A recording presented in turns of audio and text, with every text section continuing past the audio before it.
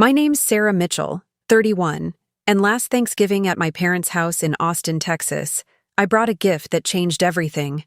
For years, I'd been the invisible daughter, the one who chose community work over corner offices, the one who drove a 10-year-old Honda while my sister Rachel pulled up in her new Mercedes. Walking through their door with a worn cardboard box under my arm, I saw Rachel's eyes roll so hard I thought they'd stick. "Couldn't even wrap it," she muttered to her husband Mark. My brother Daniel didn't even look up from his phone, probably checking his stock portfolio for the 100th time that hour. Mom glanced at my box, then at the expensive wine Rachel brought, then sighed like I'd disappointed her again. I just smiled and held that box tighter. If you've ever felt invisible in your own family, hit subscribe and drop a comment telling me where you're watching from. You're going to want to see how this ends. Let me give you some context. My parents, Robert and Linda Mitchell, live in a sprawling house in Westlake Hills, the fancy part of Austin where houses start at $1 million. Dad's a retired investment banker. Mom was a real estate attorney. Money was never the issue. Respect was. Rachel, my older sister, became a corporate lawyer pulling in $200,000 a year. Daniel went into finance, youngest VP at his firm at 29. Then there's me. I got my master's from Columbia in social work and chose to work at a community center helping homeless families. At Rachel's engagement party 3 years ago, Dad introduced her fiancé to his golf buddies as my daughter who's marrying into the Henderson family, very successful. He introduced me as my other daughter, she works with, disadvantaged people. At Daniel's promotion dinner 2 years ago, they rented out a private room at Jeffrey's, spent $3,000 on the celebration.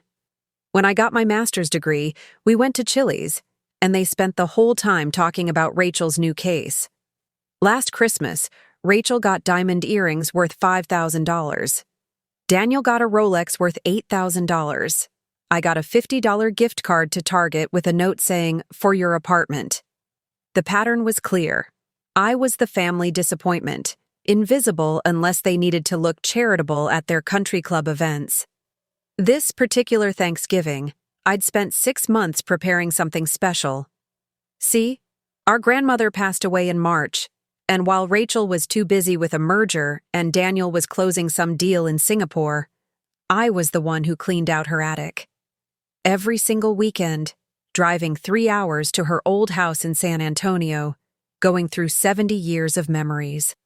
One Saturday afternoon in July, I found a plastic storage bin in the far corner, labeled in Grandma's shaky handwriting. Linda and Robert. Sacred. 1991. Inside were letters, dozens of them, yellowed with age but preserved carefully. These were the letters Dad wrote Mom during Desert Storm when he was deployed to Iraq for 8 months. I sat on that dusty attic floor and read every single one. Dad was 24, scared, writing to his 23-year-old wife about missing her laugh, about the friends he'd lost, about the future he dreamed they'd have. There was something else too, a cassette tape labeled, "For Linda, when you can't sleep." I took everything home, spent $50 getting the cassette professionally restored, had the letters digitally scanned to preserve them, tracked down Dad's old army buddies on Facebook to collect photos. 3 months of work. Nobody noticed I was doing it. The Thanksgiving table looked perfect, like always. Mom's antique china, crystal glasses catching candlelight, enough food to feed 20 people. Rachel had brought an organic turkey from some boutique farm, $300 worth of bird. Daniel contributed cases of craft beer and Japanese whiskey that cost more than my monthly rent. Their wrapped gifts sat on the sideboard like trophies. My cardboard box sat by my feet looking sadder by the minute. "So, Sarah," Rachel started, cutting her turkey with her 3-carat ring flashing. "Still at that community center? Must be so fulfilling working with those people." The way she said, "those people," made my jaw tight. Mom quickly changed the subject to Daniel's 3rd promotion this year. $150,000 base salary, not counting bonuses. The conversation flowed around me like I wasn't even there. Rachel's husband talked about their Cabo vacation, first-class flights, private villa. Daniel one-upped him with plans for Switzerland over New Year's. I thought about the kids at my center who'd never seen snow, who thought a trip to the Austin Zoo was magic. After dinner, Mom suggested gift exchange. Rachel went first, presenting Dad with a $500 smartwatch. "For monitoring your health?" she announced like she'd invented medicine. Daniel gave Mom Chanel perfume from Paris in a velvet box, $400 worth. Mom gasped appropriately, even though I knew she'd never wear it, preferring her drugstore vanilla scent she'd used for 30 years.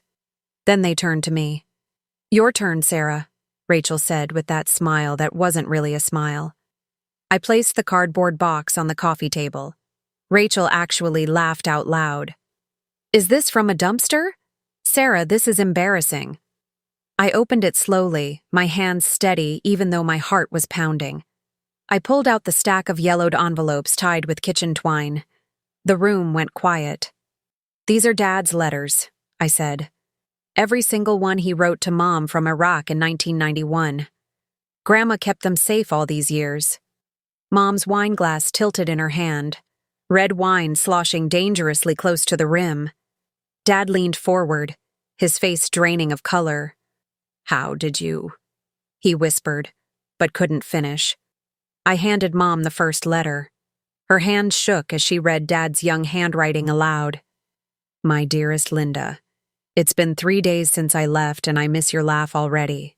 The desert is so different from Texas. It's cold at night and I wrap myself in thoughts of you to stay warm." Her voice cracked on the last word. Dad's eyes were wet, something I'd never seen. Not at Grandma's funeral, not ever. But I wasn't finished. I pulled out the small cassette player, held together with duct tape, ancient but working. "There's more," I said, and pressed play. Dad's voice filled the room, young and uncertain, singing "Can't Help Falling in Love," Mom's favorite since high school. His voice cracked on the high notes. In the background, you could hear soldiers laughing, someone yelling about lights out. "For when you can't sleep," young Dad's voice said on the tape. "Play this and know I'm thinking of you. I love you, Linda. I'll come home to you. I promise." Mom was crying now. Real sobs, clutching Dad's hand like he might disappear. Rachel's expensive wine sat forgotten, leaving a ring on Mom's antique table that nobody noticed. Daniel had put his phone face down, completely still. I pulled out the photographs next, each one in a protective sleeve I'd bought. Dad at 24 in desert fatigues, skinnier than Daniel, eyes scared but determined. Mom's letters to him, which he'd saved and Grandma had preserved, full of details about her bank job, her sister's baby, the tomatoes in her garden, anything to keep him connected to home. "I had this converted too," I said, pulling up my phone. The wedding video played, converted from VHS for another $50. Mom in a dress she'd sewn herself, Dad in a borrowed suit, both glowing, dancing to the same song in a church basement. 30 years of love, documented and forgotten, now alive again in this dining room. "How long did this take?" Rachel's voice was small, nothing like her usual courtroom confidence. 6 months, I said. Every weekend at Grandma's house.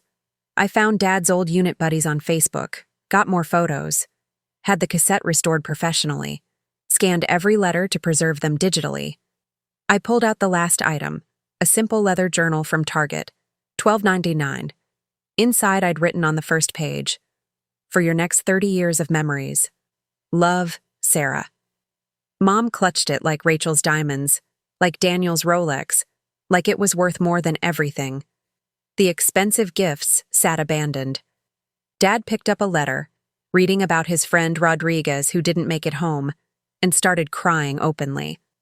Daniel moved closer, reading over his shoulder. "You were younger than me," he said, shocked. "Tell us about Iraq. Really tell us. We never asked."